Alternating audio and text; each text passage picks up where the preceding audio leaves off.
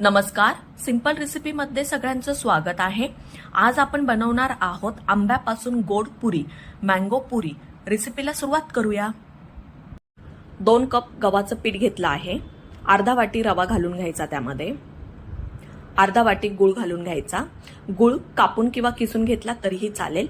1 वाटी इथे आंब्याचा गर काढून घेतलेला आहे मिक्सरमध्ये, त्यामध्ये अजिबात पाणी घालायचं नाही। इलायची पावडर घालून घ्यायची, थोडंसं मीठ, थोडासा सोडा, हे सर्व मिक्स करून घ्यायचं। याचा आपल्याला पिठाचा गोळा मळून घ्यायचा आहे। जसं पाणी लागेल तसं थोडंसं त्यामध्ये मिक्स करायचं। एकदम निब्बर पिठाचा गोळा मळून घ्यायचा। अशा प्रकारे इथे आपला पिठाचा गोळा मळून झालेला आहे। एक अर्धा तास भिजवत ठेवायचा। हाताला थोडंसं तेल किंवा तूप लावून घ्यायचं। पिठाचा गोळा व्यवस्थित परत तो मळून घ्यायचा। 2 भागांमध्ये डिवाइड करून घ्यायचा आणि त्याच्या आपल्याला पेड्याच्या आकाराचे छोटे छोटे उंडे बनवून घ्यायचे आहेत। अशा प्रकारे इथे आपले सर्व उंडे बनवून झालेले आहेत। आपल्याला ह्या उंड्याची पुरी लाटून घ्यायची आहे। उंड्याला थोडंसं तेल लावून घ्यायचं आणि पुरी लाटून घ्यायची। अशा प्रकारे आपल्याला सर्व पुऱ्या लाटून घ्यायच्या आहेत। हे पहा, इथे आपल्या सर्व पुऱ्या लाटून झालेल्या आहेत। कढईमध्ये तेल घालून घ्यायचं।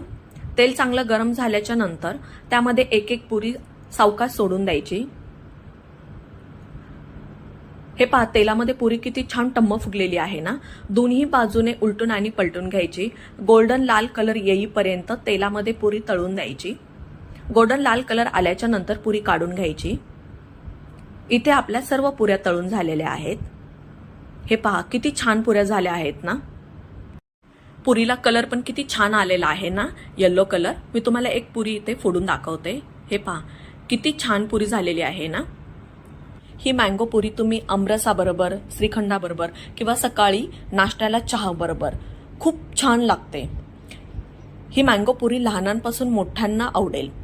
आता सध्या आंब्याचा सीझन चालू आहे, तर एकदा नक्की तुम्ही ही मँगो पुरी बनवून पहा।